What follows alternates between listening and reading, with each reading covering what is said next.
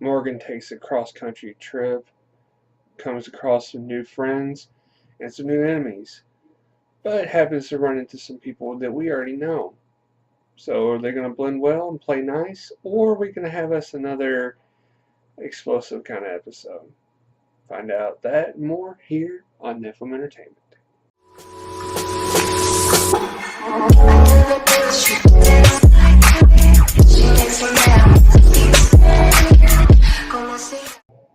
Hey, what is up, fans? What is up? Thanks for coming back and tuning into my coverage of Fear of the Walking Dead. And this is episode 1, What's Your Story? Thank you for coming back.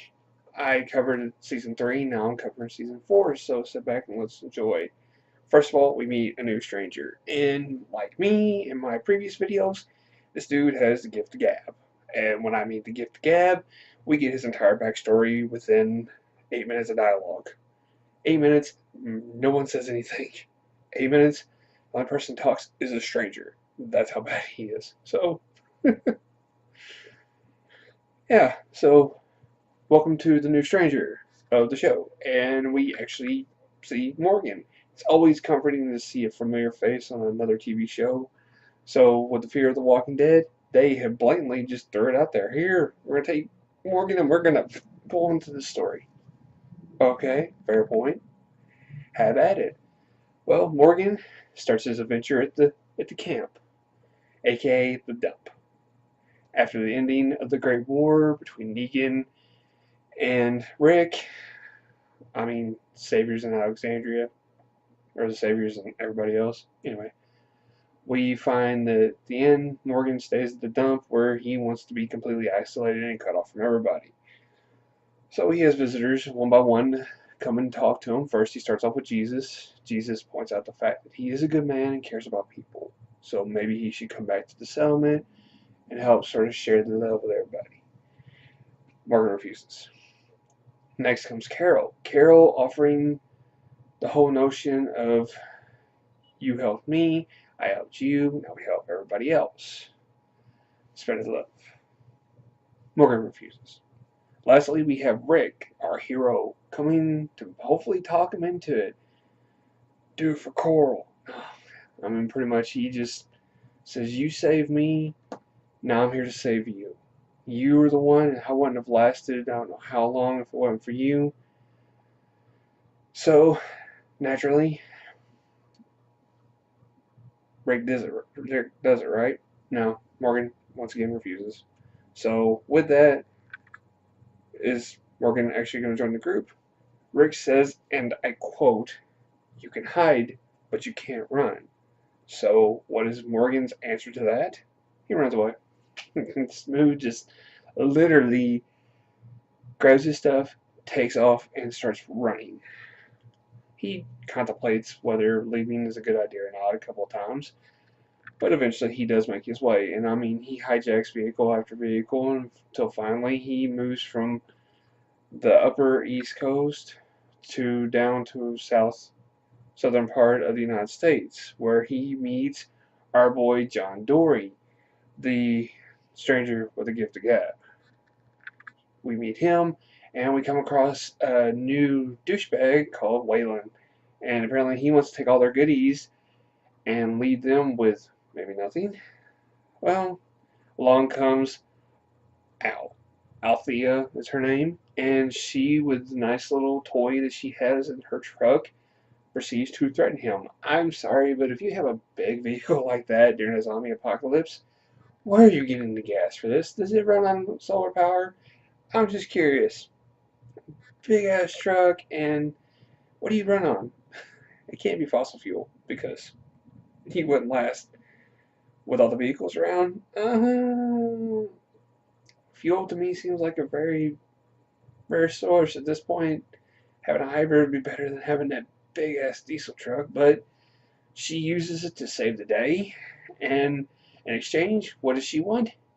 Interviews. All Al wants to do is interview our boys, find out their backstories, what's going on. She used to be a journalist. All I know is when it comes to Althena, she is now my new Fear of the Dead Fear the Walking Dead crush.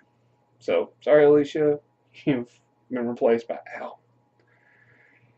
Anyway, we get to the interviews, and once again, John, our boy, he pretty much throws it out there. Once again, Morgan, he's not so compliant. He doesn't want to talk about his past. He doesn't want to tell anything. He just wants to grab his stuff and take off and go down the road. Fair point. Okay, fine. So, he gets his chance, maybe, possibly, when he's getting ready to leave. John discovers that Waylon's vehicles are parked around back, and they once again get ambushed by Waylon. This time, he's not going to leave without Al's truck. So, naturally, shootout occurs. Yeah. Apparently, our people, they just going to shoot this out, I guess. Well, of course, walkers happen. That always happens. Walkers, fighters, the dead, whatever you want to call them, wherever you're from, they always manage to show up. We're going to have a shootout. 10 minutes into it, somebody knocks over something and exposes like some hidden wall, some locked door that had an entire horde of the dead inside. Is that they're just kind of sitting there like, sure wish somebody unlocked that door for me. Sure could use some air. Oh, I hear gunfire. What's going on outside? Door gets knocked down. Hey, everybody, let's go. Let's go.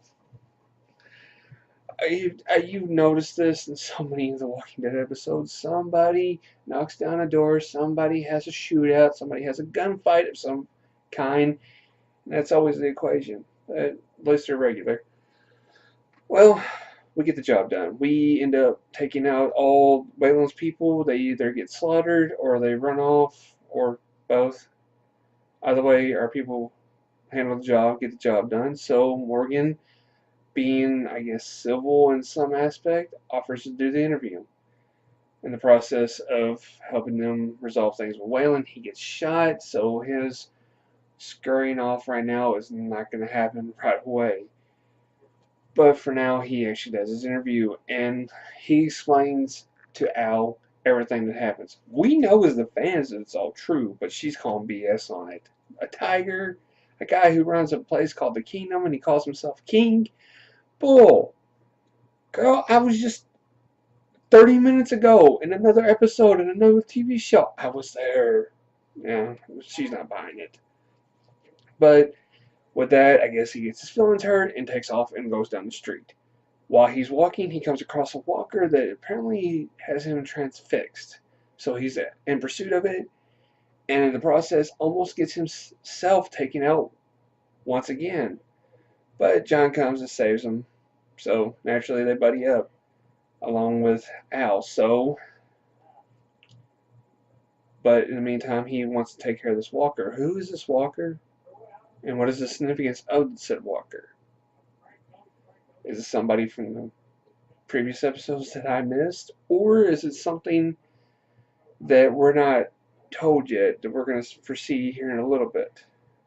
But in any case, as they're driving down the road, they come across a stranger who's in the middle of the street, gasping and crying. So, naturally, they're going to go help. Of course, Al learns that John and Morgan are naturally not gonna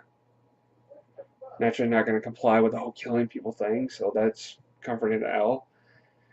And as she walks up on this person, we find out none other than it is Nick, Alicia, and Strand planning some kind of heist, robbery. Well, since when has these people become bandits? What the hell did we miss over the season break? Alright, up next for Fear the Walking Dead, we're going to come across a settlement. Apparently with Maddie and some new faces, new people. We're going to actually maybe hopefully see how their people maybe ended up becoming highway bandits. And an entire 3 of them were there. Where was Maddie? And apparently Nick and Lucy have actually come across past and rekindled. So that's interesting to see. I would love to see how that played out, because I don't think it's going to be a simple, hey, how you been? I think there's going to be more to it. But what do y'all think? Let me know down below. But that's gonna do a wrap for me. Sure to give me a big thumbs up down below. Post a comment being all friendly. Let's discuss this episode. Stay tuned to the end of the video and subscribe for more content. But my question for y'all is,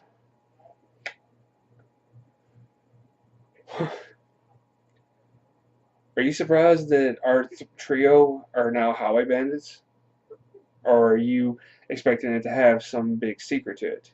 Let me know up here or down here. But that's going to be a wrap for me. I'm Metatron. You're watching Nephilim Entertainment. To all you daydreamers and carriers out there, keep your heads in the clouds. Peace.